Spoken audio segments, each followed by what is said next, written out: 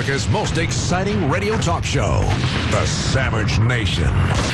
This is Dwight Schultz sitting in for Dr. Michael Savage on The Savage Nation. And obviously, if I say this is not Dr. Michael Savage, he is not here. But please don't leave your radios. This is a new political party. This is an old political party. This is the political party of the truth. And we meet here every day on The Savage Nation. I understand, first of all, what a great privilege it is to be sitting behind this microphone. Perhaps the greatest and most loyal audience in all of radio. My name, Dwight Schultz, professional actor, have been for 40 years, over 40 years. Best known as Howling, Mad Murdoch on television's The A-Team, Barclay on Star Trek's Next Generation, Voyager, many motion pictures, television shows, movies. A conservative in Hollywood my entire life,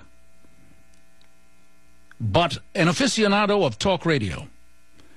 At 13, I began to listen to the airwaves and the voices that cascaded along those airwaves. And as a boy in Baltimore, I began to hear the truth. It wasn't what I was being taught in school. It wasn't what I read in the newspapers, and it certainly wasn't coming across from Walter Cronkite. But from my heroes, the heroes on talk radio. And Dr. Michael Savage is one. After all, ladies and gentlemen, he's banned in Britain. That's perhaps the most, well, it's probably the most sterling medal that you can wear. Truth, banned in Britain. If you go up to Dr. Michael Savage's website, michaelsavage.com, something that I visit every day, you will see that there is a new book coming out called Abuse of Power. This is the first in a wave of books that are going to be hitting you square between the eyes this coming summer. Trickle Up Poverty is also a book that has been penned by Dr. Savage.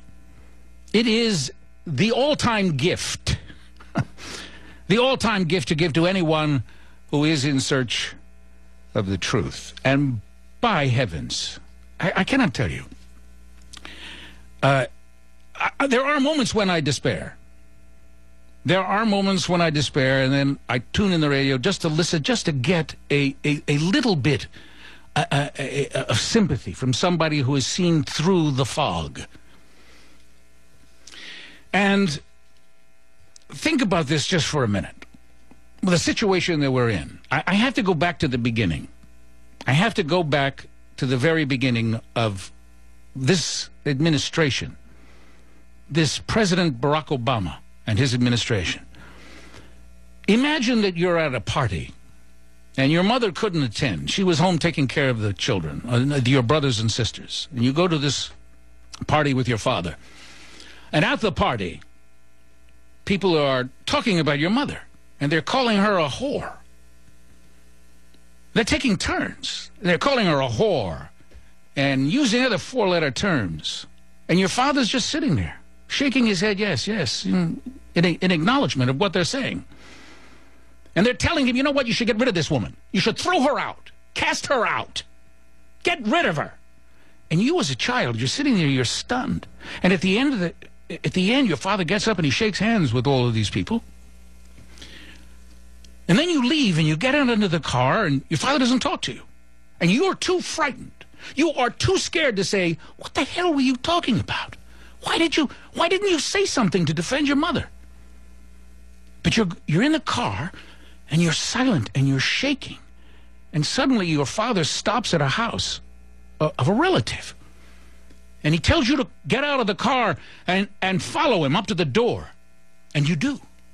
And you go up to the door, and it's your aunt. You know this relative of your father.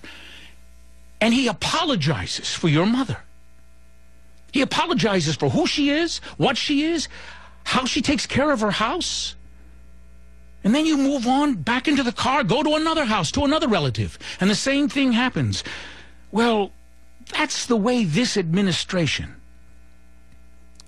began.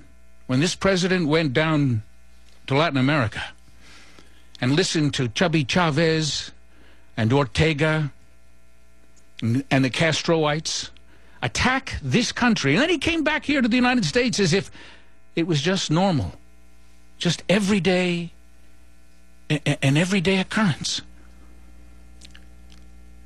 But this country is our mother.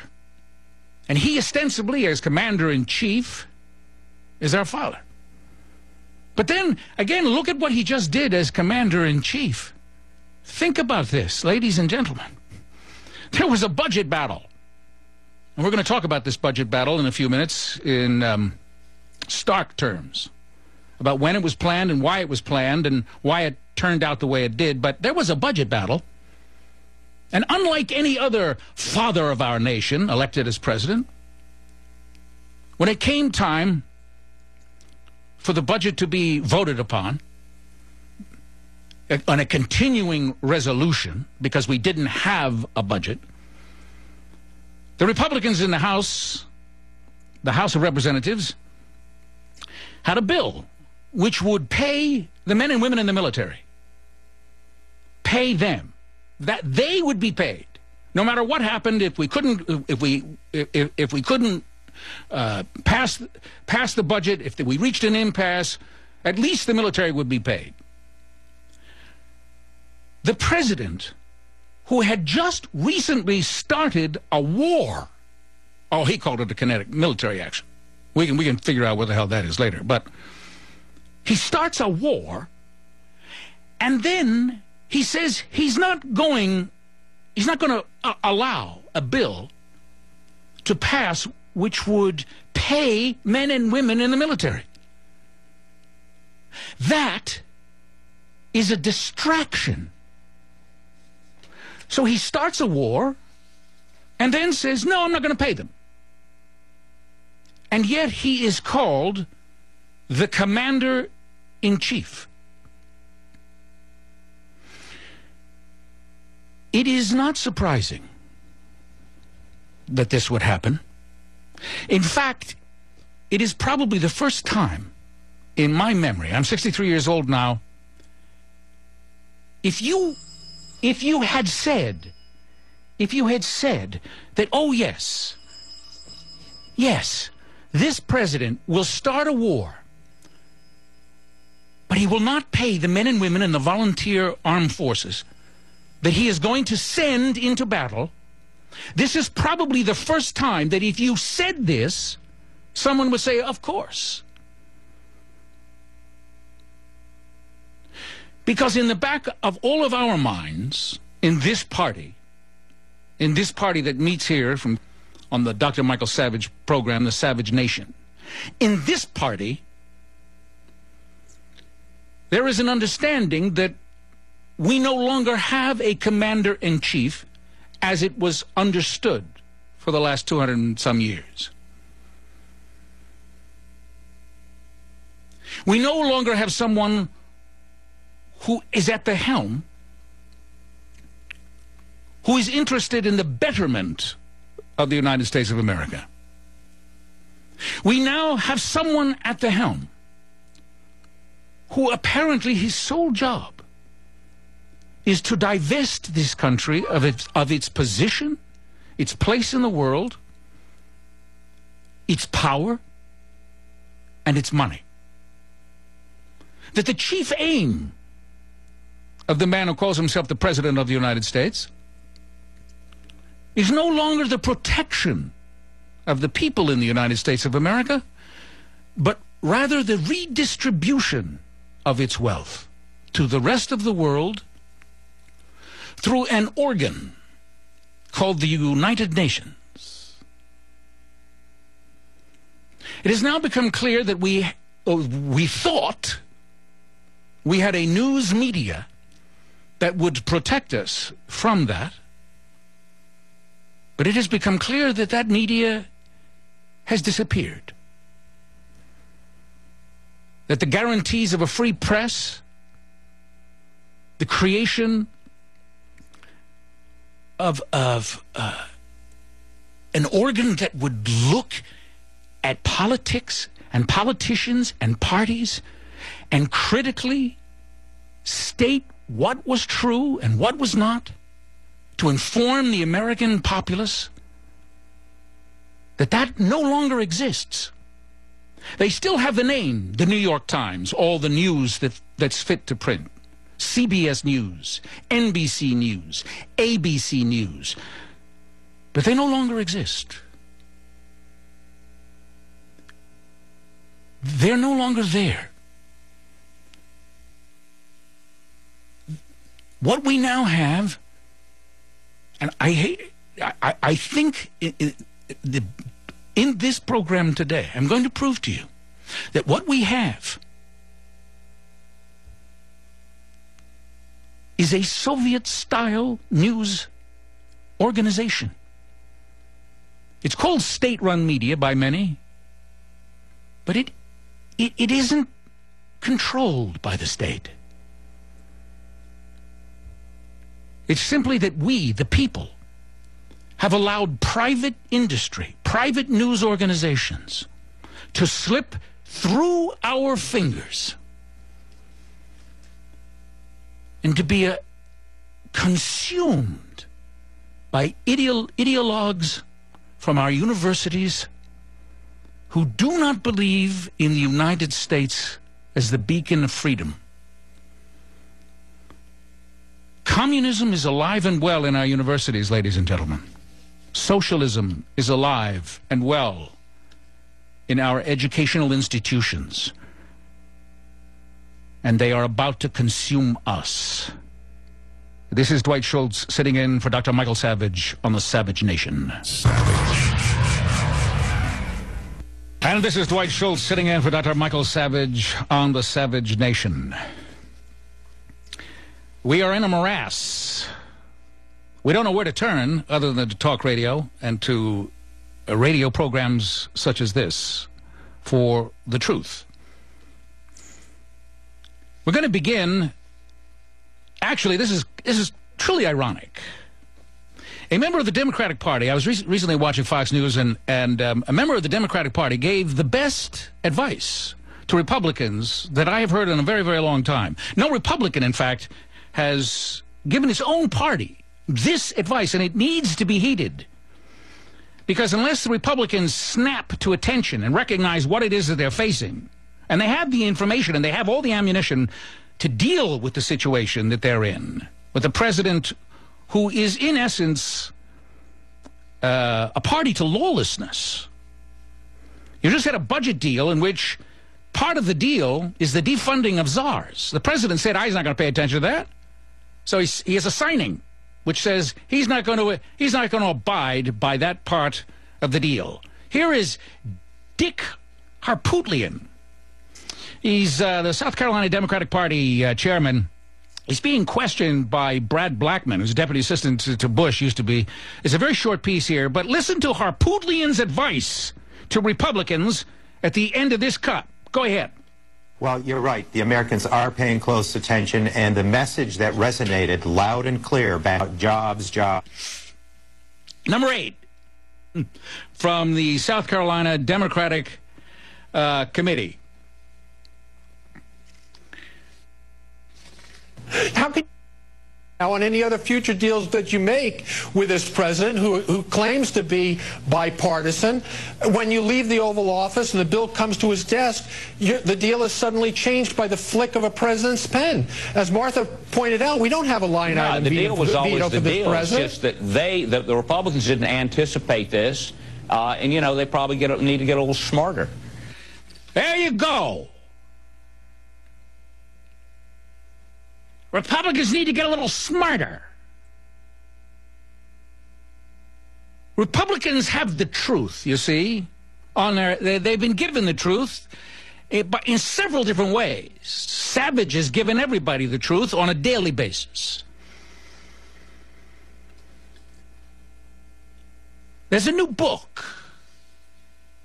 by Stanley Kurtz called Radical in Chief. It is the real biography of the President of the United States, Barack Hussein Obama. It is filled with the truth about who he is, why he is, where he came from, what he's doing, who his friends are. how he's lived his life up until he became president of the United States, and what he intends to do. It's right there, and Republicans are scared to death. They are ashamed to tell the truth because they're going to be called names by a media that used to have integrity but does not anymore. They do not know that being called names by a media with no integrity is a badge of honor. It's just like Savage.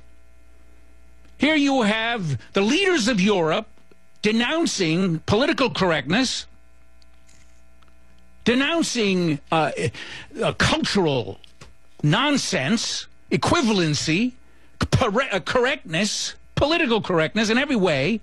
Merkel, the whole bunch of them over there, all towing the Savage line, but Savage is still banned. It is the same with the Republicans. They are banning themselves from the truth. When we come back, you will hear how these progressives operate, these subversives operate, and you'll hear it clear on the Savage Nation. This is Dwight Schultz sitting in for Dr. Michael Savage. Savage. Dwight Schultz, professional actor, has been for 40 years. Speaking of myself in the third person because that's the way I feel when I look at myself, having done something 40 years ago on film. I have no connection with that individual that I see. The only thing I know is that I thought the same way then that I think now. You may know me best as Howling Mad Murdoch on television's The A-Team, Star Trek's Next Generation, Barclay. But through all of that, as an actor, as just a young thing in Hollywood, I was a conservative, have been my whole life. I don't know why. I just was. That's the way I saw things. And I have moved through a business that sees conservatives, people who think like me. I mean, I'm the one who's been called you kind of people. You folks. It's a strange world. The world of the liberal. The world of the Hollywood fanatic. Groomed, actually, by Stalin. That's the truth of it all. That's right. Stalin wanted to take over the entertainment industry, and he started back in the 30s.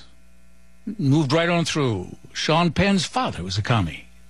A lot of commies out here. Hollywood 10, who are gods out here in Hollywood, were nothing but commies. That's the truth.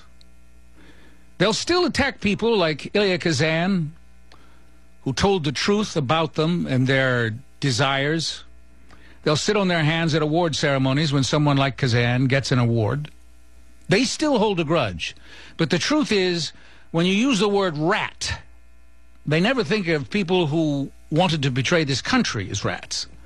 Only people who told the truth. The truth, unfortunately, is a terrible, terrible thing. It can make people squirm. And that's part of the problem that we have today with Republicans. The truth is something they don't want to face. They don't want to speak. They don't want to talk about it. They don't want to talk about things that are staring them in the eye. The telephone number here is 1-800-449-8255. This program has always been about the truth and nothing but the truth. And it's ugly. Everybody, one of the reasons the Savage is shied away from is because it is difficult to hear things in their stark, naked, truthful form. Very difficult, which is why he's banned in Britain. Not because he's done, obviously he hasn't done anything. He's not a terrorist. He doesn't want to kill children. He doesn't want to stop people from practicing their religion. He doesn't want to hurt anybody. He simply tells the truth. And now, of course, they're following suit. Cultural diversity, doesn't really work. Savage was right, but we're still going to ban him. He still can't come into Britain But you know what? We're going to do what he's been suggesting all along. And the way these people work, folks, the way these people work the media. I'm going to play for you the congressman from Colorado, Republican Cory Gardner. And he's talking to a member of the Environmental Protection Agency, Matthew Stanislaus. I'm also going to play for you a congressman from New York, a Democrat. His name is Paul Tonka. And he was being interviewed by Jamie Colby on Fox News. These are two completely, apparently, unrelated interviews. Have nothing to do with one another. Except, well, the truth can only be divined by correlating these two interviews. And I've kind of put them together in a little way to just make you see that there is no truth in the progressive Obama administration. It does not exist. It's an elusive tool. They use the word just like war. Just like the way war has disappeared, it's now kinetic military action. Just like investment means tax hike. Just like all of that. Just like they can take a word and it can mean anything that they want it to mean at any particular moment in time. And the news media immediately accepts their definition of the word, and suddenly we're all in the outs because we don't know what they're talking about. He's talking about investment. He's talking about investment. Well, it's only when you have a good Republican who goes in there, a good conservative like Ryan, who says, you know what, you're talking about tax increases. No. I'm talking about investment. We can't define terms because the terms are always defined by them. And the truth is always made elusive. Now, I'm going to start. Here is simple question being asked of Matthew Stanislaus of the Environmental Protection Agency, an agency, by the way, which is a renegade, is out of control, which is how the President of the United States is attempting to destroy the power of this country by denuding us of all of our resources. No ability to use our oil, our gas, anything. We're going to be denied the use of our power and natural resources while the rest of the world can. And through the appointment of people like Cass Sunstein, environmental shills, and absolute nuts, but really smart when it comes to regulation. They're going to regulate us out of the international community and allow this president to redistribute the wealth of our country to the rest of the world where, according to the president and his minions, it really belongs. Now, here is Cory Gardner attempting to get a straight answer from Matthew Stanislaus of the Environmental Protection Agency about a cost-benefit analysis of their regulations. And are their regulations affecting jobs in the United States of America? Because jobs, you notice after 2.5 years, the president says jobs now. Nancy Pelosi, jobs. We're jobs. We're interested in jobs. So here is Cory Gardner asking this good bureaucrat who represents the President of the United States about jobs and how the EPA has worked its analysis and how it has looked at the effect on jobs by the EPA. Play cut one, please, Charles. I guess I'd like an explanation to know whether or not the EPA considers jobs in their analysis, whether you have, and whether or not the EPA's position is to consider jobs when it does an economic analysis. We definitely consider the consequence of jobs in all our economic analysis. There you go. It's a straight answer, right? Now, he moves on because he's found it a little difficult to believe. So you've got an answer, yes. Yeah, we consider jobs. We consider jobs. But then there's a follow-up question by Mr. Gardner because pretty sharp Republican, and I'm giving him a lot of kudos here. Cut two, please. Earlier, though, you said that, and you said that you did an economic analysis, but that economic analysis did not do a jobs analysis. Is it standard procedure for an economic analysis to ignore the impact on jobs? Well, we didn't do a direct analysis, and again, we sought further. So you did not do a direct economic analysis? No, we did a direct economic analysis of the various potential costs that we've identified which includes cost of compliance by the utility sector, the cost to the states, as well as various benefits. But not a cost on jobs? Not directly. So what you did do a cost on jobs then? Indirectly? Well, we just looked at the direct cost from complying with the rule. So you did or you did not do jobs? No.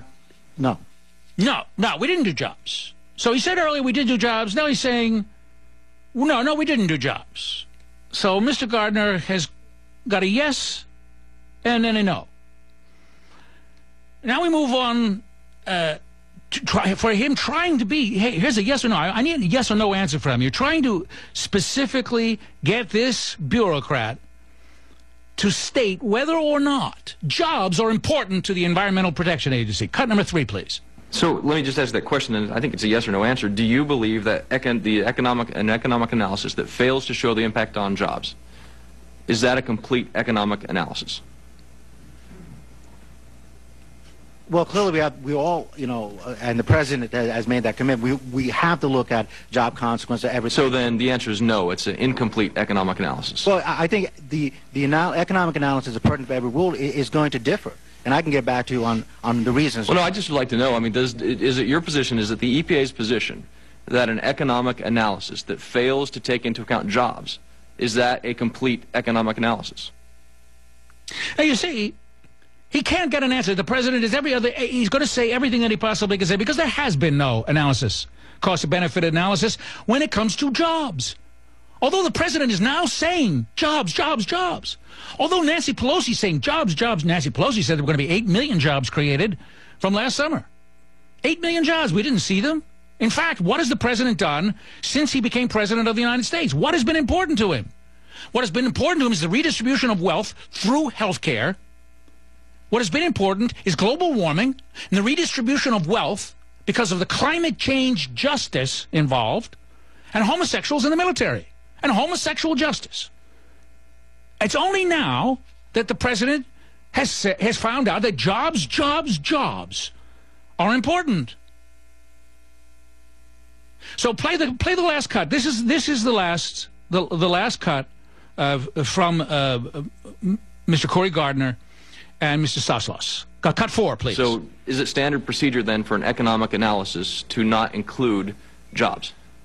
We do economic analysis based on the direct consequence of our rule. So you don't think your rule will have direct consequences on jobs? Well, I mean, we did an analysis of the various costs of that, and clearly we're cognizant of the economic consequence of our rule. So it does have an economic consequence? Sure, but we looked at both the cost and benefits of the rule. But you didn't look at jobs? Not directly, no. No, not directly.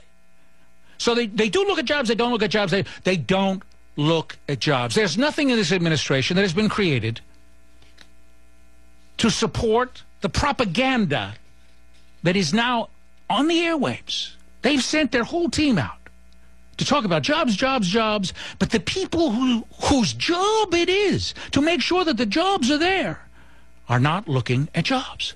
Now I'm going to play for you a part of an interview with Paul Tonka, a Democrat from New York. He's talking to Jamie Colby, and he's a progressive, and he's talking about the Ryan plan, a real plan that was presented by the Republicans, but attacked by the, well, I guess, attacked by the president and by this entire party, and it has been planned. This attack has been planned since last year, but that's another issue. We'll get into that later. But here is Paul Tonka with the propaganda verses. I called the propaganda verses. Cut 5, please. Americans are paying close attention, and the message that resonated loud and clear back in November at the election time is even louder and clearer now. It's about jobs, jobs, and jobs. They want us to grow the economy. They want us to start growing the economy, stop shrinking the middle class. And I think as we go back to our districts for 2 weeks for the religious break, religious holiday break, Jamie, I think that this network, this dynamic of having constituents now speak to us directly about wanting jobs to be the priority will get us back onto focus. The Ryan plan, the Republican budget adopted just the other day, will reduce jobs by as much as 1.7 million. That's according to many private reviewers, independent reviewers, including Mark Zandi, who was advisor to the presidential campaign for Senator John McCain. Okay, cut it. Now, ladies and gentlemen, I'm going to play for you the correlated version. Here it is. This is Paul Tonka, and this is Mr. Stanislaus. This is the truth. When you correlate these two individuals talking at the same time. Cut 7, please. Well, you're right. The Americans are paying close attention, and the message that resonated loud and clear back in November at the election time is even louder and clearer now. It's about jobs, jobs, and jobs. But you didn't look at jobs. Not directly. Jobs, jobs, and jobs. So there's no impact on the utility industry on jobs? Well, we didn't do that direct analysis. Jobs, jobs, and jobs. They want us to grow the economy. They want us to start growing the economy, stop shrinking the middle class. So there's no impact on the utility industry on jobs? Well, we didn't do that direct analysis. And I think as we go back to our districts for 2 weeks for the religious holiday break, Jamie, I think that this network, this dynamic of having constituents now speak to us directly about wanting jobs to be the priority. So you have taken a look at jobs? We have not directly taken a look at jobs. Will get us back onto focus. Everything becomes chaos. This is Dwight Schultz sitting in for Dr. Michael Savage on the Savage Nation. Savage.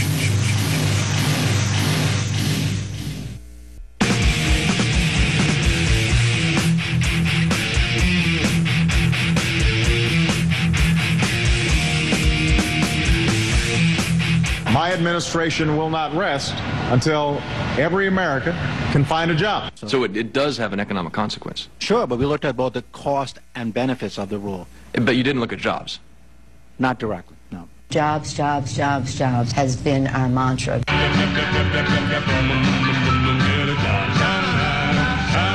And this is Dwight Schultz sitting in for Dr. Michael Savage on the Savage Nation. Jobs, jobs, jobs, jobs, jobs. We just got jobs. We're just not doing anything to provide them. Government doesn't provide jobs. Government doesn't make jobs. The private sector does. Government does one thing. It does one thing well. Steal legally. Put its fingers into your pockets, taking your money.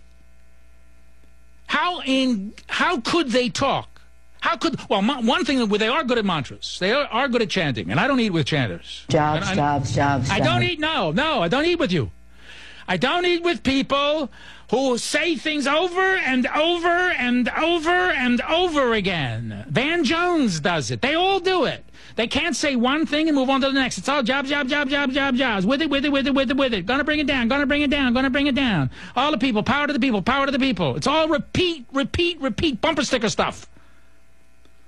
Ladies and gentlemen, this is too much. Really. But we have a news media that's supposed to protect us. But what does the news media really do? I'm going to play for you. This is Howard Kurtz. This is Roger Simon from the Politico, which is just one of the worst, most biased, hackneyed, liberal, progressive websites in the world, used by conservatives all over the place, and I haven't a clue why. Because they're a bunch of scaredy cats, afraid to tell the truth, so they give kudos to these people who are nothing but creeps. That's the only word for it. Creeps. Here is Roger Simon. Now listen to this. Can you believe what he's going to say? You have to hear this. Number 10, please. Are the journalists and the anchors we just saw now aggressively challenging and acting openly skeptical about Obama policy in Libya? Yes, and that's a good thing. We're supposed to be openly skeptical.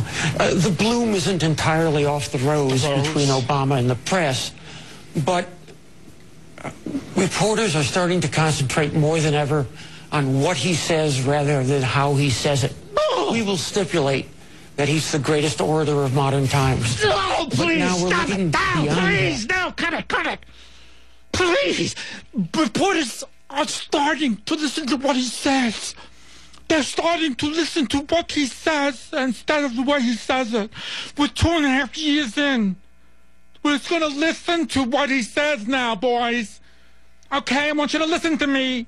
Please, listen up. 2.5 years in, get your pens and your pads and your little iPads and whatever. No longer are you listening to the way he's going to say something. I know his pecs are big and his hands are smooth and he doesn't have any hair on his body, and you like that. But listen to what he says, please, or we're going to be in a lot of trouble. That was Roger Simon on Howard Kurtz's program, ladies and gentlemen. Howard Kurtz, one of the greats. Paul Simon, one of the elites of the elites. He's telling you that finally, after 2.5 years, they're going to listen to what he says instead of the way he says it. Can you believe that? No, you can't believe it. Because they and the president are one and the same. They are liars. This is Dwight Schultz sitting in for Michael Savage on the Savage Nation. Savage. The good Lord raised this mighty republic to be a home for the brave and to flourish as the land of the free.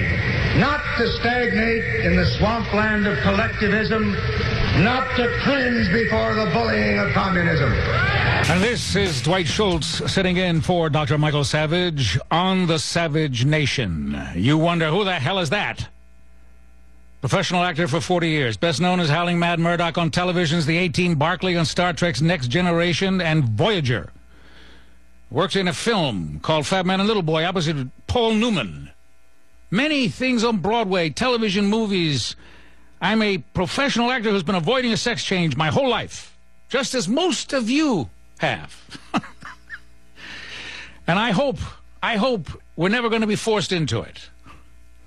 Although sometimes, when I listen to this administration and I look carefully at the people who have been appointed, I don't wonder whether or not someday they're going to be knocking on the door saying, you know, it's time for your sex change. You've got it. It's in your health care bill.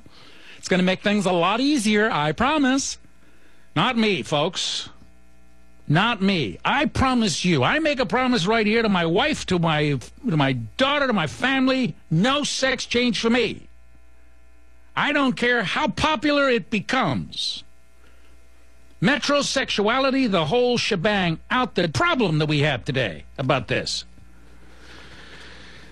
But I don't have time to get into that. Because I'm talking about the President of the United States and the news media that has betrayed us. If there's anything that has betrayed us, if there's any organ that has betrayed the American body politic, it is the news media. Yes, absolutely 100%.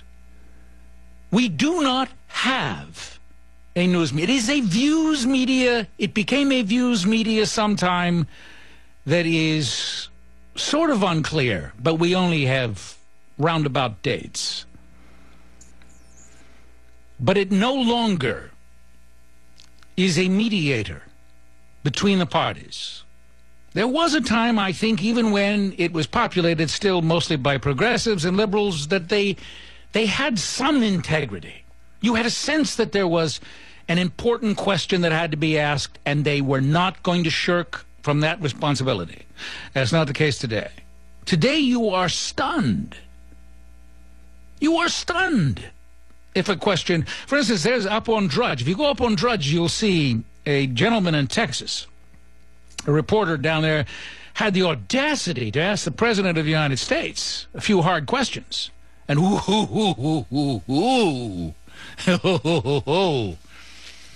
should see the President's face. Yeah, you need to see the President's face. His response isn't enough. Even though his response is cold and cowering and petty, you need to see the real Barack Obama. It's finally up there for you to see, folks. But the Republican Party has this time around, as we move into this new election cycle, and conservatives finally have some evidence of the truth that we've all known. The things that the talk show host who sits behind this microphone day in and day out, Dr. Michael Savage, he's told you who this guy is. A lot of other people have told you who he is. But then a lot of conservatives have been afraid to say who he was and what he is. Now, a book has been written strictly about him by Stanley Kurtz called Radical in Chief. And it is a Bible of truth about this president. You won't hear it on the mainstream media. You're not going to hear it. You're not going to hear it.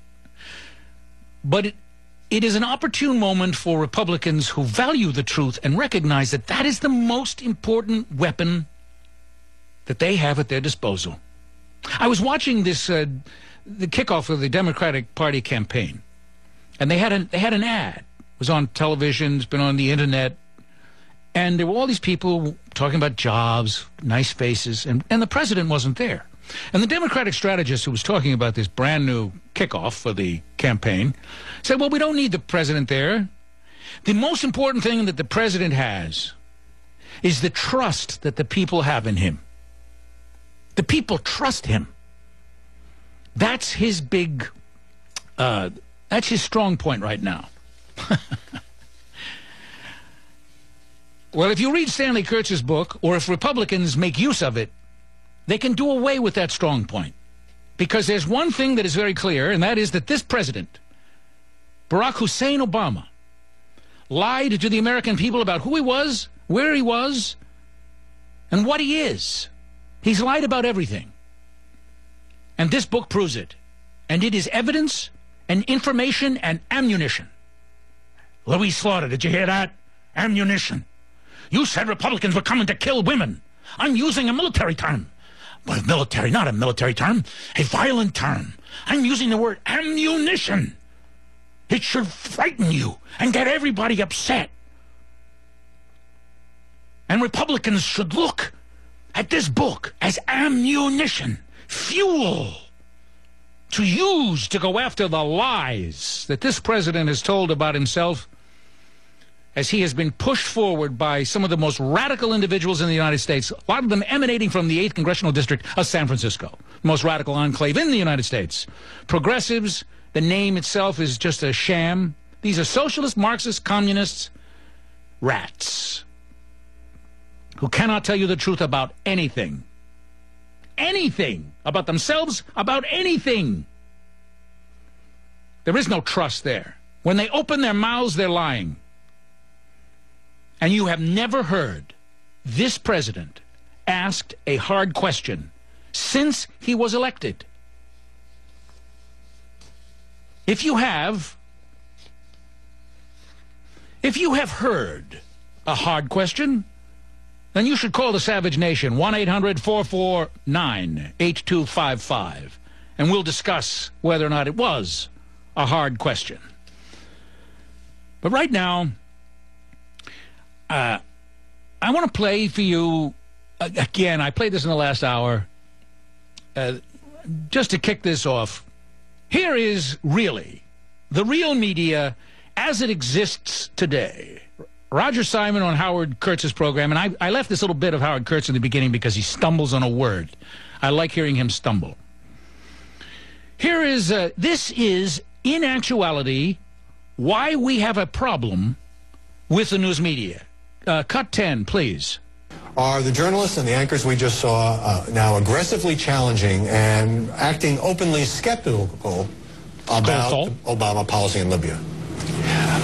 Yes, and that's a good thing. We're supposed to be openly skeptical. The bloom isn't entirely off the rose between Obama and the press, but reporters are starting to concentrate more than ever on what he says rather than how he says it. We will stipulate that he's the greatest orator of modern times. But now we're looking beyond that in every speech for what he is actually telling us. Now, ladies and gentlemen, since Broder has died, this is a guy who's considered a dean, a really important person in the media. That's why he's on Howard Kurtz's program. Skeptical Colo. Stanley Kurtz. No, Howard Kurtz. That's my mind buddy talking to me, ladies and gentlemen. Howard Kurtz's program on CNN. And that was Roger Simon. And Roger Simon Roger Simon and said, we're finally going to listen to him. After 2.5 years, ladies and gentlemen, in order to keep my job as a member of the media, I'm finally letting the cat out of the bag that for 2.5 years, we've only been listening to how he said things. But now, we are really serious. We're really serious now. We're going to listen to what he says, not just how he says it. And that's a Politico. Mike Allen's a Politico. He's another guy who can't talk. He chops his words up like this. He talks like this. I don't know when he talks. And I don't understand why he's on the radio or on television at all. But he's another one. He mumbles. And he's nothing but a progressive liberal pretending to be a journalist who has never had anything bad to say about Barack Obama. Because no one can say anything bad about him. Because why? Because, first of all, he's a progressive. He loves Marxism, socialism. We know what his background is, but he's also black. And you can't say something bad about a black person. Why can't you say anything about it? Because you'll be called names. You'll be called a racist. After all, it was the President of the United States, Barack Hussein Obama, who first brought up the question when he was running for president. He said, and of course they'll say he's black, referring to himself, of course. He brought up the race issue because it's really big and white people are afraid of it. Well, if you're a racist, yes, you should be afraid of it. But if you're not and you're talking politics, you should not be afraid of it. If you know that this president is a lousy, stinking, rotten, lying, socialist commie, Marxist, as Dr. John Drew has said he is, as Stanley Kurtz proves, then you should use the information. Everybody's running around now, at least the reason that Donald Trump is doing us all a favor with talking about the birth issue. I am not particularly a birther. That's me personally. I'm not a birther. I don't know. I really don't know. But he has been elected president of the United States. That's the fact. But I love Donald Trump asking questions about the beginning of this man. I want to know about where he was born. I want to know about Frank Davis, the pornographer who was a mentor of him when he was in Hawaii. The pornographer who was cut out of the audio portion of his book, by the way. I want to know about his mom and dad and their communist ties. I want to know about that. I want to know when Dr. John Drew said he was a Marxist-Leninist at Occidental College, is it true? I want to know about those things. I want to know what Kurtz reveals to me about Bill Ayers and this man and the Wood Foundation in Chicago and how Chicago was turned into a termite mound of socialists and communists. It's the only word that can be used, a termite mound. I look at them, they all have big abdomens and they're all laying eggs. Men and women both. Eggs here, eggs there, everywhere. It's just dropping books, Marxist symbols, signs, peace, it's everywhere you look. And they took that termite mound and they brought it to Washington, D.C. And Cass Sunstein and his wife, Samantha Power, who now has the ear of the president being talked about as being a Secretary of State, hates Israel and the Jews. I mean, this woman is an abomination. How she got in there? She got in there because she chews wood real good. You get this feeling, this is what the president says to all of his potential candidates. Do you chew wood? Real good. I'm telling you, folks, this is unbelievable. Roger Simon, that piece from Roger Simon is profound. These people should be thrown out wholesale. Every last bloody one of them. Until we get people who go after this president and do what people in the press are supposed to do, which is protect us. Until someone says, Mr. President, how can you start a war and then say you're not going to pay the men and women who are fighting it? How can you do that? Well, I'm black. You see, we're in a fight for our lives. This is not a joke. This is not a dress rehearsal. When we come back after the bottom of the hour, I want to connect some dots with a recently released Goldstone report and another hoax, the Aldura hoax, that the press has completely overlooked in connection with this great big institution that this president wants us to be tied to the hip with, the United Nations. The globalist society, the United Nations, and this president. There's something doesn't smell right. This is Dwight Schultz sitting in for Dr. Michael Savage on the Savage Nation. Savage.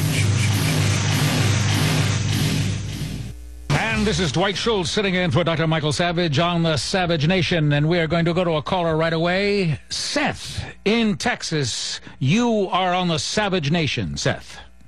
Well, Mr. Schultz, let me first off start by saying as a child of the 80s, the A-Team was the greatest show of all time. You should be very proud of that body of work.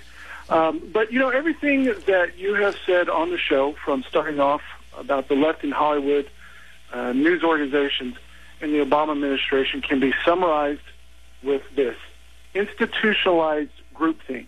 And that's really just kind of the crux of why we're in the situations we are in. Our major cultural institutions, whether it be Hollywood, our major political institutions, whether it be our White House, are all caught in groupthink, and dissenters need not apply.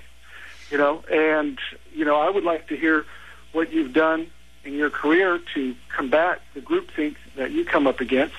And if you have any time, it'd be great to hear any good words about George Papard and some of the body of work that you guys did together. You know? Well, thank you for your call, Seth. Yes, groupthink, he's absolutely correct, ladies and gentlemen. It is groupthink. It is institutionalized. It does come from our educational institutions. While we were all asleep or busy doing our job and sending our children off to universities, that is where all the leftists went, because they were guaranteed a job there. We're seeing it right now, fought out in the provinces. We see it in Wisconsin. We see it in California, teachers' unions, jobs, tenure. We're seeing it. All of this nonsense is being institutionalized. We're institutionalizing so much garbage in our schools. The schools have gotten away from the parents because the parents are busy doing other things. He's absolutely 100% correct. There is as much work that needs to be done here. It's going to mean shovel work. It's going to be going in and changing institutions around. We're starting to do it, but it's going to be a long haul. I'll talk a little bit about what I've done. What I'm doing right now, in fact, is something that I have done, and it's caused me a lot of friends in Hollywood. We'll talk about it when we come back after the break. And this is Dwight Schultz sitting in for Dr. Michael Savage on the Savage Nation. Dwight Schultz, best known as Howling Mad Murdoch on televisions, the A-Team. I say television because there was a film. Sharlto Copley, excuse me. Got those letters mixed up. I do that frequently. Sharlto Copley played Murdoch. A wonderful Murdoch he was, too. And also Barclay in Star Trek Next Generation and Voyager. And many, many television movies. I worked with a lot of big stars. People that I always wanted to meet in my life. I've had the great fortune to meet Charlton Heston, work with him. Paul Newman, Maggie Smith, Glenn Close, George Papard, Debbie Reynolds, Robert Wagner. A lot of wonderful people when I was a kid. These were the people that made me want to go into motion pictures and into the theater. And most of them, I would say 99% of them were terrific individuals. I barely or rarely ever met a lemon when they were truly greats.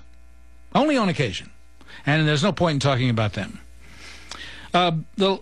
Seth in Texas asked me what it was like, what I tried to do to fight the institutionalized progressivism in Hollywood and in around the country, actually.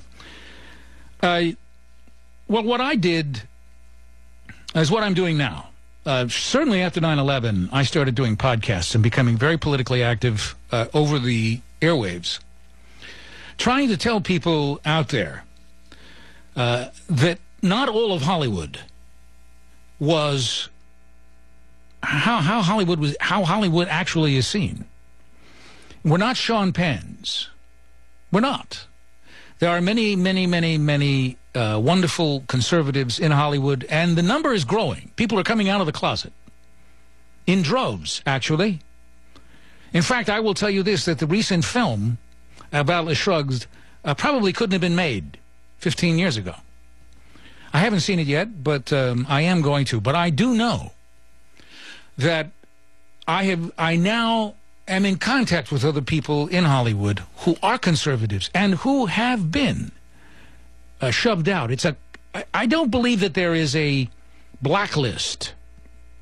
Don't work with this person because he is a conservative. It's a cocktail napkin thing. They write your name down when you talk about Ronald Reagan or George Bush, or you say you're a Republican. They write your name down and they just don't want to work with you. Or they have a discussion with you and they don't like you, and so when they see your name, hey, don't bring him in. You know, he's one of them. It's that kind of thing. And it wasn't always like that. And it needs to change, and it is changing. But the only way it will change completely is for people to come out of the closet and tell the truth. And to speak your mind. And not to be ashamed of telling what you believe is the truth. And that's what happens on this program. And that's why the Michael Savage program is as popular as it is, and why it has the loyal audience that it has. It's rarely. I mean, there are people who don't like him. Because, simply put, he's banned in Britain because he told the truth. That is the truth. And in many ways, I say, I don't think Dr. Savage should fight to get his name off that. People want to find out why. I know in Great Britain, when I talk to people, they're astonished by it, and they're angry by it. There was a lot of anger over there because of it. And I think you're going to see, as they begin to see in Europe, that political correctness and this cultural diversity nonsense is killing Europe and will kill America unless we begin to tell the truth about what is going on in the world culturally. So it's a very important thing. I thank Seth for the call. I want to play for you. This is Stanley Kurtz. This is from David Harwitz's site, front page. Kurtz gave a little talk over there about his book. And ladies and gentlemen, if you do not have this book, get Abuse of Power by Michael Savage or Trickle of Poverty.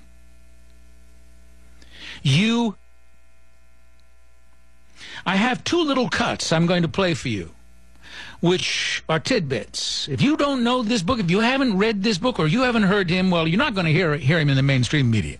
That's it. But if you don't get this book and you don't read it, you are depriving yourselves of the biographical information that will help remove this man from the presidency in the next election. And to every Republican out there, do not be afraid of this book, but use it. Now, this is Kurtz describing his book. It's two short cuts. This is Kurtz describing this book for you.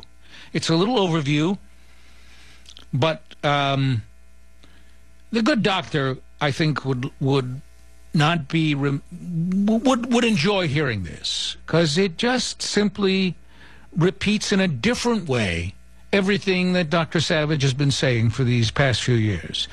Cut 11, please, Charles. Radical in Chief, Barack Obama and the Untold Story of American Socialism. David said it literally does argue that Barack Obama is a socialist. Now, I actually didn't want to find out that Barack Obama was a socialist. I was afraid to find out that Barack Obama was a socialist because, frankly, among respectable conservatives, this is not a safe argument to make. And during the 2008 presidential campaign, I was not shy about calling Barack Obama a radical. Actually, it was the research I did in 2008 that helped inject the Bill Ayers and the Acorn issues into the campaign. So it's not as though I wasn't willing to energetically criticize Barack Obama, to reveal all sorts of nasty things about his past that he didn't want to have come out. You see this, it makes my skin crawl to hear him say, well, I didn't want to find out he was a socialist, and it's not, you know, it's not appropriate for Republicans to call him a socialist. All of these things, this is disgusting stuff that keeps people from just telling the truth. Oh, you don't call somebody a communist because you're a rat if you do. Ilya Kazan, oh, he's a rat. Anybody who said that somebody was a communist is a rat. There's this, ladies and gentlemen, this is communist brainwashing at its worst. The fact that we came out of the Cold War with Joe McCarthy being more of a villain than Joe Stalin should prove to you that there's something wrong with thinking. How did this happen? And so here you have this man who's, I followed his exploits prior to the election, and I couldn't figure out what happened to him because he just kind of disappeared. The Obama administration just shut him down. And then we didn't hear any more. I said, oh, well, you know. And of course, the news media didn't really play that up. You heard about it on Fox News, perhaps, or Sean Hannity. Because, as the great Roger Simon said, well, listening to what they're saying, we're interested in the way he looks. We're interested in this. Wow, what was it that Biden said about Obama? He's a clean black man who really speaks well. And that's what Roger Simon was interested in. That's what Tom Brokaw was interested in, because he and Charlie Rose sat down and they had the epiphany shortly after the elections. Well, we don't know what he thinks. And Brokaw was in tears on election night. He's elected. Oh, Barack Obama's elected. Why are you crying? I don't know. Shouldn't I cry? First black man arrested. Elected. I should cry, shouldn't I? It's a disgusting display. And here we are 2.5 years later, and this man guilelessly appoints communists and socialists everywhere in his administration, people who hate Israel. We'll get to that in a minute. And nobody asks him about it. And in fact, a good conservative writes an article on the Wall Street Journal saying, oh, he's never appointed anybody who's any more radical than any other president has appointed. Nonsense. Van Jones said that the American populace gets its marching orders from the American military, for God's sake. He wants to bring the government down. Cass Sunstein wants to do away with guns. He wants chimps to have rights. And I guess you saw in the United Nations now wants to give the planet Earth rights. Gaia. It's up there on Savage. UN to debate whether Mother Earth deserves human rights. Well, if chimps deserve them, and Cass Sunstein thinks that chimps should have them, and Cass Sunstein is married to Samantha Power, who now might become a Secretary of State, who's behind the Libya policy. These termites, I'm telling you, man, they're dropping eggs so fast, you can't pick up the eggs. Call in Terminix, too late. We need something bigger than that kind of extermination right now. So here's Kurtz now going into the second crux of the matter as to what it is about being a socialist that's the trouble. Cut 12, please. And how do you even explain what socialism is? I mean, people argue about the definition. As I eventually discovered, socialists themselves argue about what socialism is. If you define socialism classically as the complete nationalization of the means of production, Barack Obama, as a candidate in 2008, wasn't proposing anything like that. And for that reason, the whole idea that Obama was a socialist was scoffed at. By the left, of course, by liberals, by the mainstream media.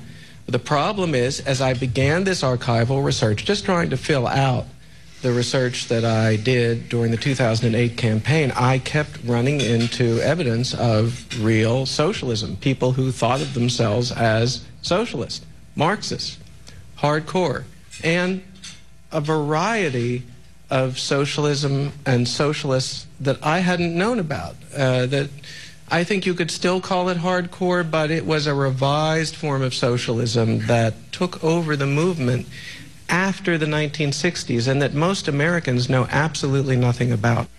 You know, it is true. I knew a great deal about socialism in this country, but when I read this book, my jaw dropped 50 times. And I was never so angry in all my life as I have been with the media after reading this book. We should not be in this situation where we have a president who we know nothing about really, who turns out to be a termite. And we thought he was a butterfly. He's just a butterfly. Look at those wings, man. I don't know. They look like termites' wings to me. No, man, that's not a termite. Termites are blind. They don't see. They eat. They chew. They destroy foundations. And you don't know it. You aren't aware of it. Until the wall caves in. Until you have to replace the entire left side of your house. Until the floor falls through. And then it's too late. Here is a late if you use it. If Republicans don't use this. But mirror what he just said in the beginning there. Oh, I didn't want to find out he was a socialist. I don't like that. If you all become Froms. David Frum. If you're all afraid to call this man what he is, if you think he's just another politician, then the floor's just going to give way. If you think he's just another guy from Chicago, he's just some snappy politician, you're fooling yourself. Read. It is the exclamation point to everything that Michael Savage has said here on this program. It is the meat. It's a killer. It's a killer to believe. It's not, there's only one thing that you can come away with when you read this book alone. Nobody does it alone. But who is going to be the one? Who is going to be the one? Now, I know Newt Gingrich tried a little bit. And you got Trump now asking some questions. And it's good that he's asking these questions. And that's why I like the birthers. I'd like to see them go a little further. There's an awful lot of stuff that needs to be turned over and put out there, and members of the media should be forced to answer questions now. It's not going to do any good to ask him questions. We have to start asking members of the media. And it can be done, ladies and gentlemen. It can be done. The telephone number here is 1-800-449-8255. And this is Dwight Schultz sitting in for Dr. Michael Savage on the Savage Nation. Savage.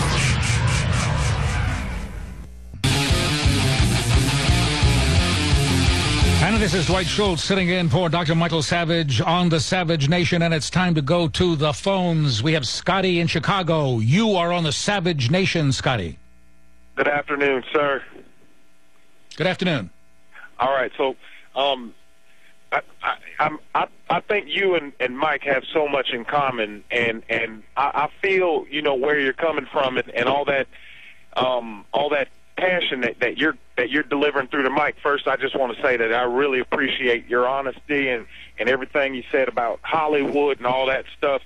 And as I was listening to you, I just realized how much you and Mike had in common. I mean, you both, you know, spent a majority of your careers working, you know, with liberals and for liberals and trying to get paychecks for liberals. And, you know, I mean, you reached varying degrees of success, but I think that, like you, for example, not, you know, really making it to the big screen and Mike getting shunned out of that I think that now at this point in your life, man, you feel like lashing out, except the problem is that the target, they moved away. They've all become successful and building Hollywood, and that machine is going, and you can't stop it. So the question I have for you and for me and other conservatives, man, is you're not a conservative.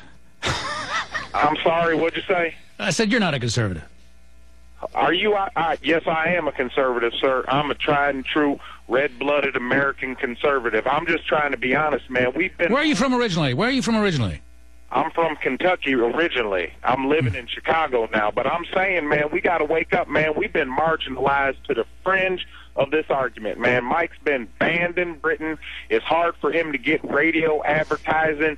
You've been banned out of Hollywood, man. Every time we open our mouth and try to show some passion, man, people say we're right-wing kooks and nuts and want to call us Glenn Becks and stuff like that. Now, did you see the congressional elections that we just had? The House went to the Republicans. Man, I'm saying that we... Did you see that? Why are you saying this? This is not the case at all. It's exactly the opposite. Michael Savage may be banned in Britain, but the leaders of Great Britain, France, and Germany have assumed the Savage nation. They've said cultural diversity, this nonsense doesn't work. It's over. It failed. This is something that Michael Savage has been preaching on this radio program for how many years now? They have said he is successful. It doesn't matter whether they continue to ban him, which they have to do because of the population that votes. The fact is they've assumed his political point of view. That means he's successful. All it is. Thank you. Thank you for your call. Thank you for your call. You see, folks, I love it when people try to dig at you at the same time compliment you. They try to dig at you, but nah. They're gonna dig at you and compliment you at the same time to try to get their point through. And what is their point? They don't really have a point. You can't say that Michael Savage isn't successful, folks, when all of Europe that has ostensibly banned him has assumed his philosophical point of view. That is unintellectual. And this is Dwight Schultz sitting in for Dr. Michael Savage on the Savage Nation. Dwight Schultz, better known as Howling Mad Murdoch on television's The A-Team, Barclay, Star Trek's The Next Generation, and Voyager. A professional actor for over 40 years, stage and screen. I worked with some pretty big guys, some pretty big gals. I've had a lot of fun in Hollywood whenever politics wasn't raising its ugly head. When it did raise its head, it was not pleasant. I lost a lot of friends when I spoke up and told the truth in Hollywood. It was painful, too. Very, very painful to realize that if you said and stood up for your convictions, that you would cause someone to cry. And when they cried, that meant you weren't being called in for an audition next. Or it caused difficulties on a set. Someone then called you, oh, you're one of them. And so then the next act after that is personal exile, self-imposed personal exile. You move further and further away from the business because you don't want to work with these people. You simply don't want to go to work with people who think and talk the way these people do. And that isn't productive either. Neither way is necessarily productive. But you make the best of it. I have never believed in the Michael Moore or progressive conception of life, which is everything is a zero-sum game. I don't believe that if you've got it, that means it was taken from me. Only progressives believe that way. Conservatives don't. Conservatives basically believe that there's something for everybody and it's up to you to go get it. That's the truth. You can boil it down to something as simple as that. Unfortunately, we have to live by rules that are set up from time to time by those who are not necessarily in sync with the Constitution of the United States. And we are seeing it today. And we've had to ask ourselves, well, how is it possible? How is it possible that a man who calls himself Barack Hussein Obama could be a Marxist socialist, have the kinds of ties, work with a terrorist like Bill Ayers, and the entire media fails to tell you about it? That's their job. But they failed to do it, and of course, we know why. Ultimately, we know why. Not only are they more inclined to be progressive liberals, because a lot of them were born into the the lap of luxury with silver spoons in their mouths. But they see America as a force for, more of a force for evil in the world than good. You can see it with Slaughter's comments. Louis Slaughter, who came in New York after all this nonsense, after Giffords was shot, and Slaughter talking about, oh, the way people are talking in the news, oh, the terrible language. And our former Speaker of the House, Nancy Pelosi, understanding, oh, the language, it's just terrible. I mean, the conservatives, the things they say, and I've been there, I've seen it, the violence. What does Slaughter say? They've come to kill women. Republicans have come to kill women. See, it doesn't last very long. Remember the President of the United States going down there to Texas, and to Phoenix, and giving that, oh, language, civility. We've got to be careful now what we say. How long did that last? It only lasted as long as they could get in front of the counters, or the cameras, have the news media loud them, attack Sarah Palin, get their political points out, and then move on. And then it's okay for them to go ahead and do it again in any way they want, use any kind of language that they want, because they have a media, a conduit it is the greatest propaganda machine in the history of the world. And it supports one party. It wasn't always like that. But it does. And you need to know how and why. That's all. You need to know things, and you're not getting it. And someday soon, you will be getting information in ways that you have not been getting it heretofore. I want to talk about something right now. The United Nations. Whenever something is not discussed in the media, you can be sure it's important. If it's front and center, it's not. For instance, our president, who is, I think, quite clearly a narcissist, you will note that the American Psychiatric Association has wiped narcissism off the calendar of personality disorders. Just as they went to the aid of Bill Clinton when he was in the presidency, lying was good for you. Cheating on your wife is a good thing. It can help your marriage. Now, narcissism is no longer a personality disorder. And this is a preemptive strike. Because people were beginning to say, our president looks to be a little narcissistic. Just a little narcissistic? Well, let's get that off the calendar right away. If he kills anybody, let me know, okay? Because I want to get murder off the list, too. The Onion did that very effectively, by the way. They have a very funny bit on that. But the President of the United States, he has elevated the United Nations to a cabinet level with Susan Rice, somebody who I have never trusted. And I knew and wrote about this up on Big Hollywood 2 years ago, a little over 2 years ago when she was first nominated. And I've said, watch out. Because you're not going to hear much about it, but a lot of the work that this president is going to do is going to be making the little pitter-patter heart of Walter Cronkite in his grave beat again. Because Cronkite was a member of the Globalist Society and wanted to cede sovereignty to the world body to make the world better. And that's something that Barack Obama wants to happen. He would like the United Nations to be a judicial organ. It would decide taxes, money. Of course, global warming was a big thing when he came in. It's not so big now. He's had a lot of trouble. He's had a lot of trouble because it's all a fraud and been proven to be a fake.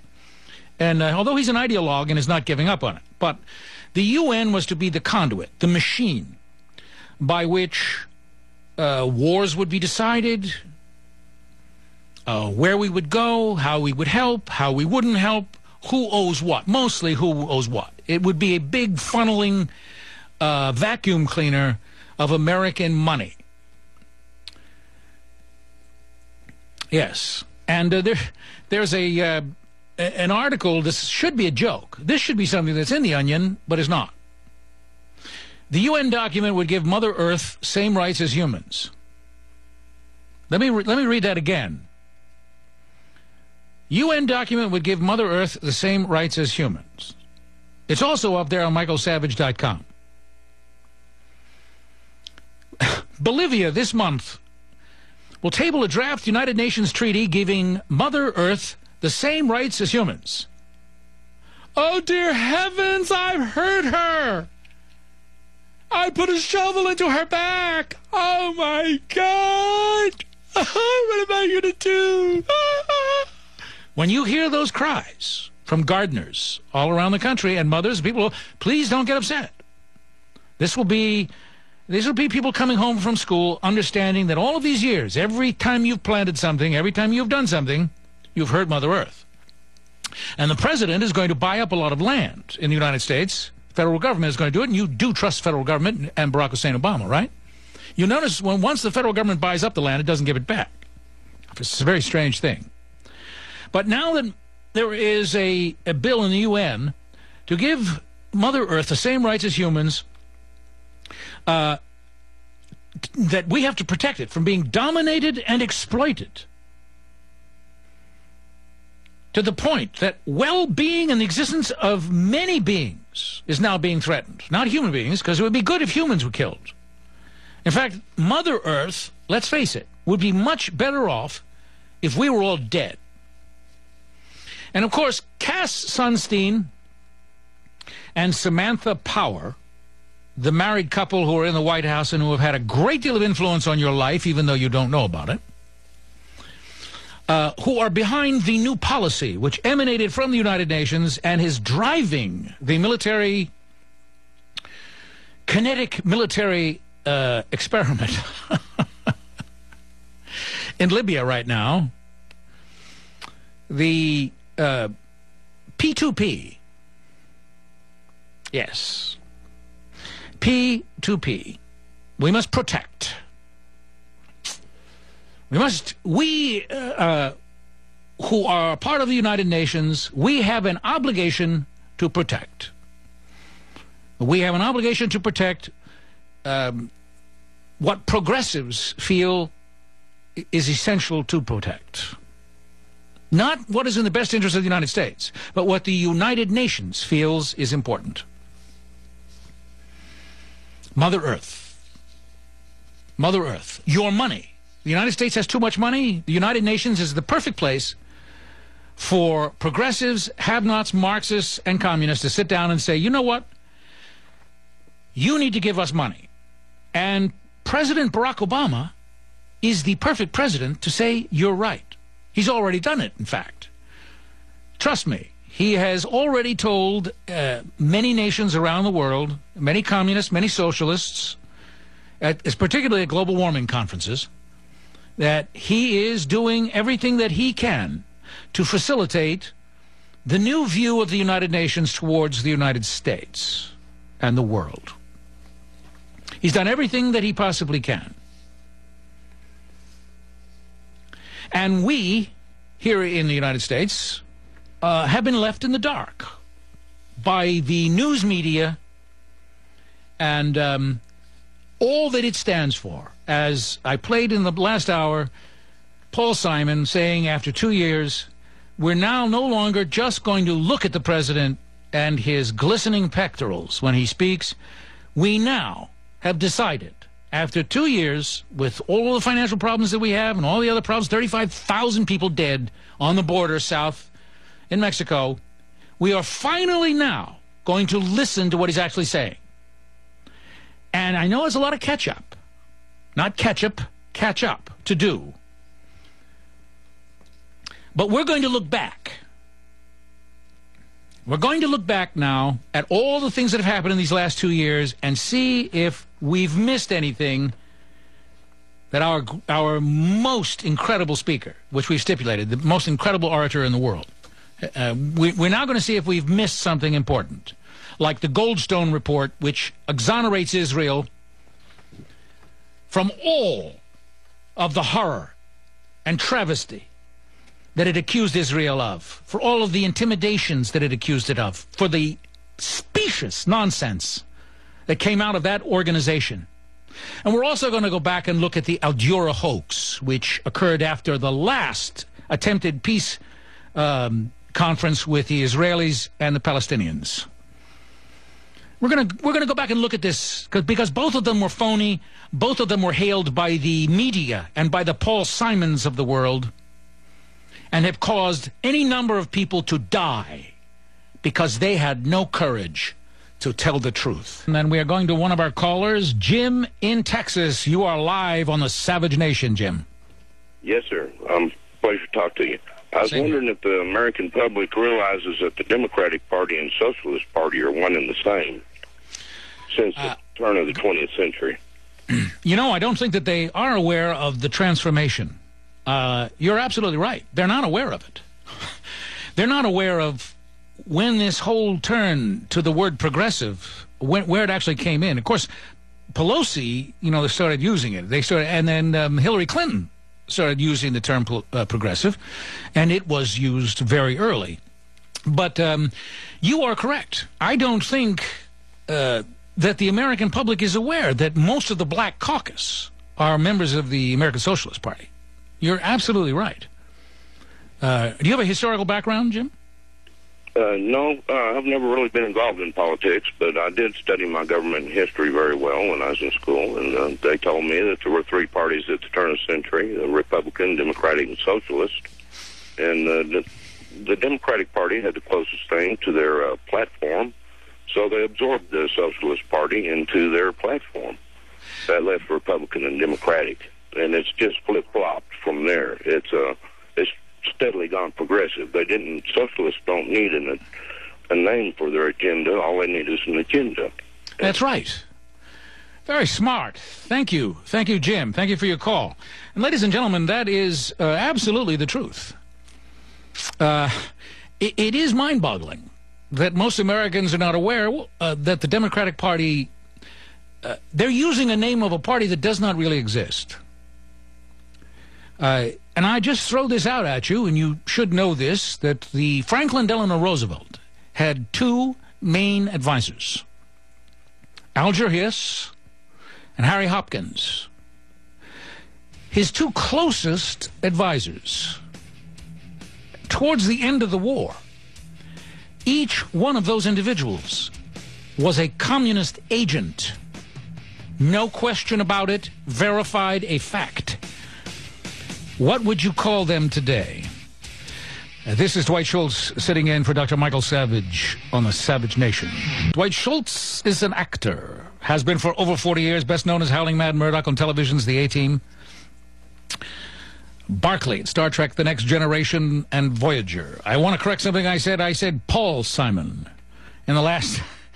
I referred to Paul Simon, the journalist. I meant to say Roger Simon, not Paul Simon. Paul Simon is a good liberal musician. A lot of good records. I love his music. I was saying to Beowulf here that I was listening to the Simon and Garfunkel original concert in Central Park, which is a phenomenal recording. But that was Paul Simon. Roger Simon is the know-nothing journalist who was on Howard Kurtz's program on CNN. And Roger Simon is one of the deans. He works for the Politico.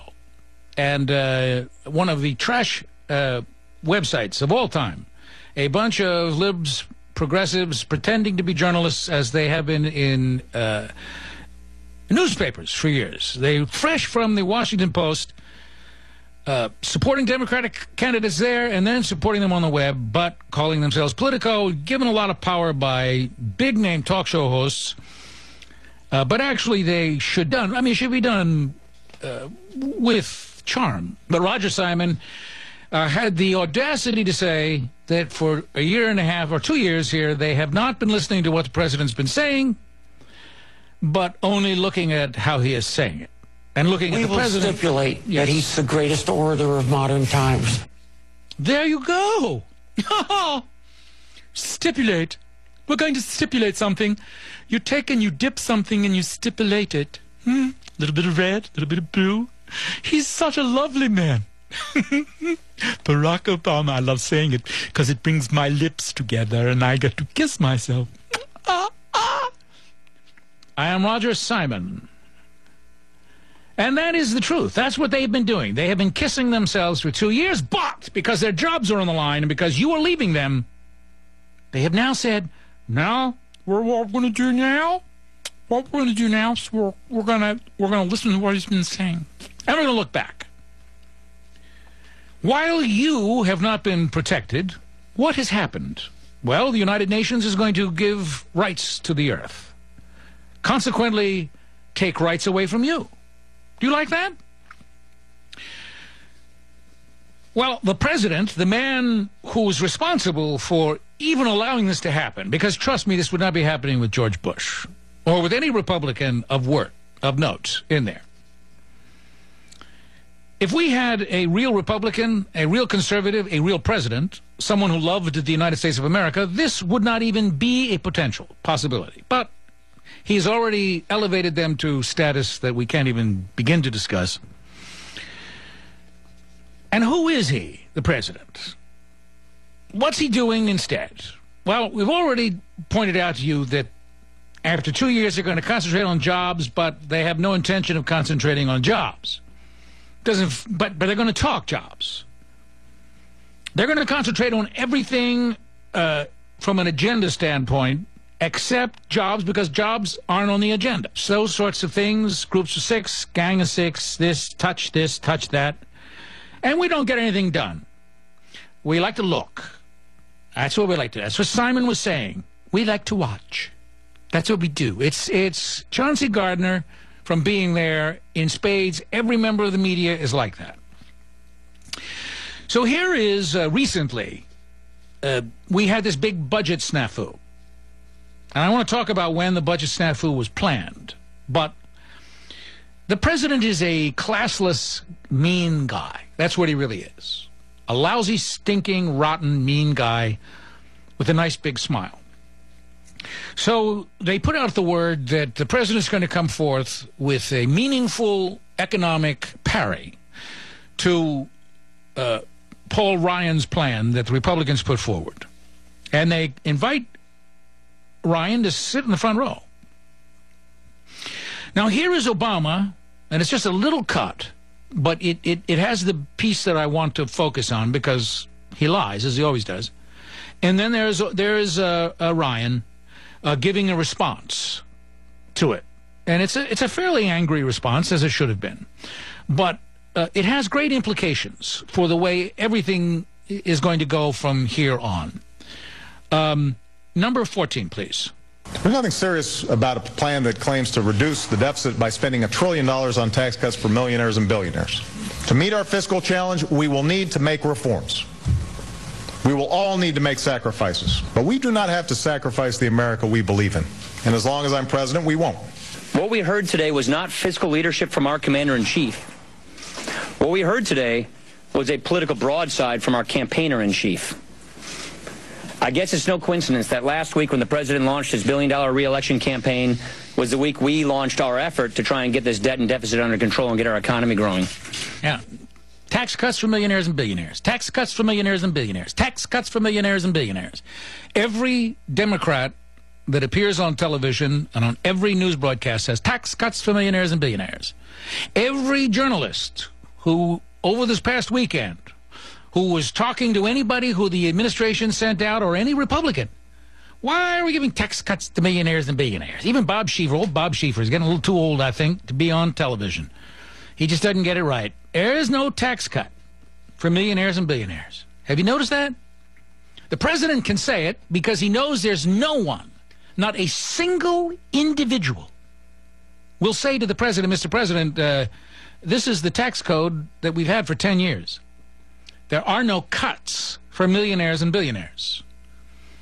In fact, you are going to raise taxes on anybody who makes over $250,000 a year, and that includes most people who have businesses. $250,000 is not a millionaire or a billionaire, Mr. President. But the president is a liar, and he lies because he can, because he knows that there is no one in the media who will challenge him except perhaps one journalist in Texas who made him angry because he asked him a hard question.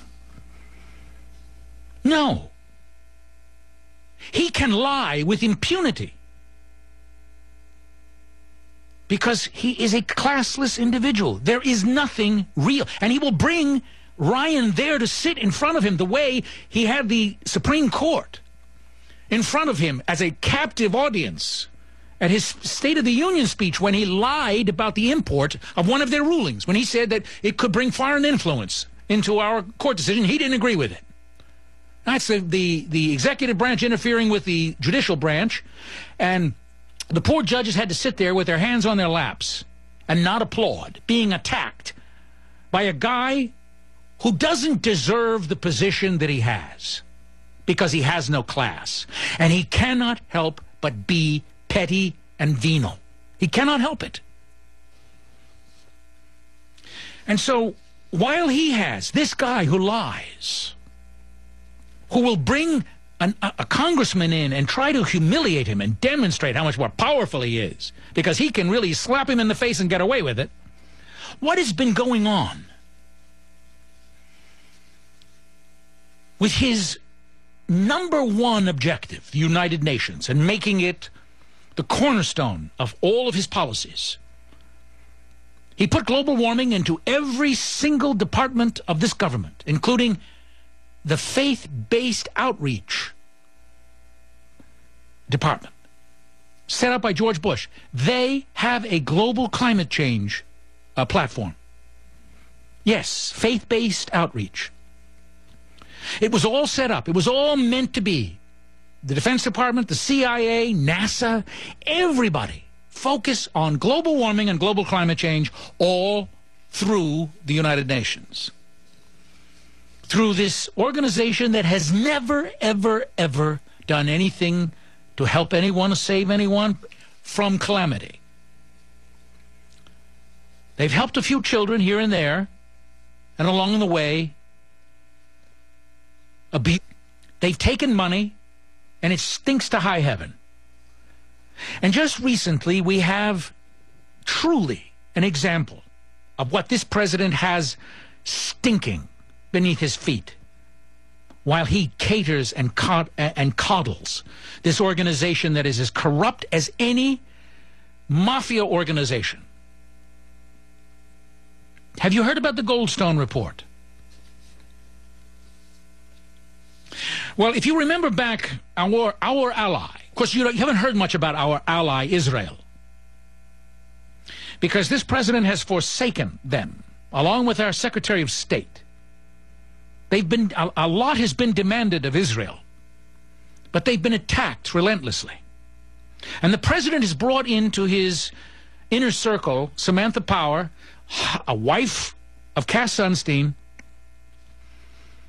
who believes that the United Nations should bring a military force into the Middle East to force Israel to submit to a Palestinian state. That's basically it, folks. It shouldn't make anyone who sees Israel as an ally feel comfortable. Strangely enough, this is the same kind of thing that George Soros is looking for, but that's another issue. So anyway, after the Gaza war of 2008, 2009, if you remember it, the Israelis withdrew from Gaza, and then they were attacked. They were attacked viciously. Thousands of rockets sent into Israel from Gaza. And what did the Israelis do? Well, they do anything that a country does when its citizens are being attacked. They tried to protect themselves. But the progressives and the socialists of the world, and the Islamic countries that inhabit the United Nations, got together and attacked Israel in every way that they could. And they formed a commission so that Richard Goldstone from South Africa, who was a jurist, would get together a report, and they would attack Israel and call them aggressors. And they did. Unfortunately, most of us who followed the news couldn't believe it, and you knew from the very facts that were in front of you, it was a lie. Well, just earlier this month, Goldstone retracted his report. He retracted it. said if only he had known then what he knows now, he would never have allowed that report. It's too late now, of course, because the world has been up in arms, revolutions, hatred. The United States has moved forward with confidence because of what Israel was accused of, and as they've always been accused, of human rights violations when none existed.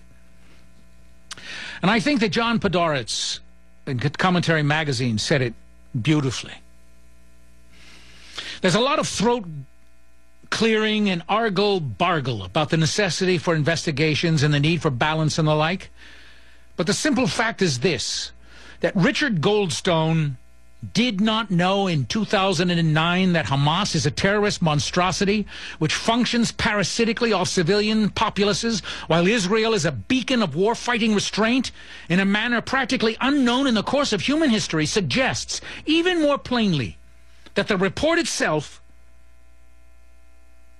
that he is a dupe, a fool.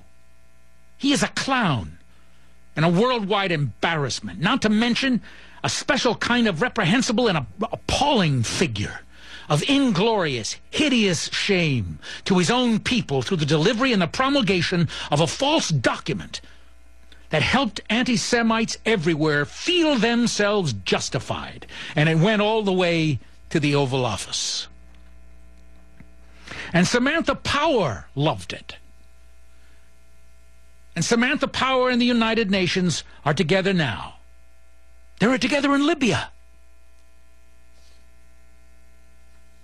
And it's very well connected to another hoax called the Al-Dura hoax. Do you remember this one? This goes back years, and this is right after when Clinton was trying to negotiate a peace with Arafat and the Israelis. And it didn't work. And Clinton said it was Arafat's fault. And then there was an intifada. And the intifada was intensified. The hatred was intense because of what appeared to be the murder of a young boy by Israelis. But then this Frenchman proved, his name was Philippe Carcenti. He proved that it was a hoax, a lie, that the boy wasn't killed by the Israelis, that he was killed by the Palestinians, that it was a setup to make Americans and people who have feelings around the world who are not Islamic at heart to hold the hatred in their hearts for Israelis. The same as the Goldstone report. The point is that when the French finally absolved this man, Philippe Carcenti, and basically proved without question that the fault lay with the Palestinians, the David Gregorys of the world, the ABC David Westons of the world, they did nothing. They did nothing. There is nothing that they can do but to go back and to completely and honestly and totally tell the truth, going back 35 years, what is happening in the Middle East. But they don't have time, and they don't get their money from the truth. They get their money from universities and from organizations that are now international in scope, who respond to pressure from very, very wealthy forces abroad. There is no more media in this country as we used to know it. This is Dwight Schultz sitting in for Dr. Michael Savage on the Savage Nation. I love that we have a movement of people in America now talking about liberty. Our sisters and brothers in the Tea Party. I'm glad they're talking about liberty. And we need to understand that we believe in liberty in this movement. But we're not stopping with just the first word in the Pledge of Allegiance. I love liberty. Given what's happened with my ancestors, nobody loves liberty more than I do. Yeah, ladies and gentlemen, that was Van Jones. He said, brothers and sisters in the Tea Party. That means me. But I want to tell him right now, and I believe in liberty, and I believe in the whole Pledge of Allegiance and the whole Declaration of Independence, and I'm not your brother, and I certainly ain't your sister. Let's have the second one. The Pledge of Allegiance doesn't stop there. No, it doesn't. The Pledge of Allegiance says liberty and justice. That's Van Jones, folks. Van Jones. And justice. Van Jones. And that's what your movement is about. Social justice. Yes. And justice. And justice. Justice for the immigrants. Justice for the lesbians and the gays. Yes, justice but particularly for the African Americans. Justice for women. Justice for the rural poor. Justice for the Native Americans. Liberty and justice for Sex all. with everybody. Shift the power. Sex with everybody. Shift it. Shift the power. Shift it. Shift the power. Shift it, man. Thank you. Get a hold of that shift. Thank you very much. I want that shift, folks. I want that shift. Sex with everybody. It's just easy, man. Just keep repeating it and put your hand in the air. Do it over and over. Shift the power. Man, that's all you got to do. That's all you got to do. And be a communist and say, I'm Van Jones, and, man, the American people get their walking papers from the American military. Man, I'm a commie, and I like it, and so does my brother in the White House. That's a brother. That's a brother he's talking about. My brother, Barack Obama. I'm not his brother. And I'm not his sister, although he'd like me to be his sister. Because then he could talk about me the way he talks about Tea Party sisters. Ladies and gentlemen, this has been Dwight Schultz sitting in for Dr. Michael Savage on the Savage Nation. And don't you forget, shift the power in 2012 by not voting for Barack Hussein Obama. Shift the power. Shift the power. Shift the power. Shift the power.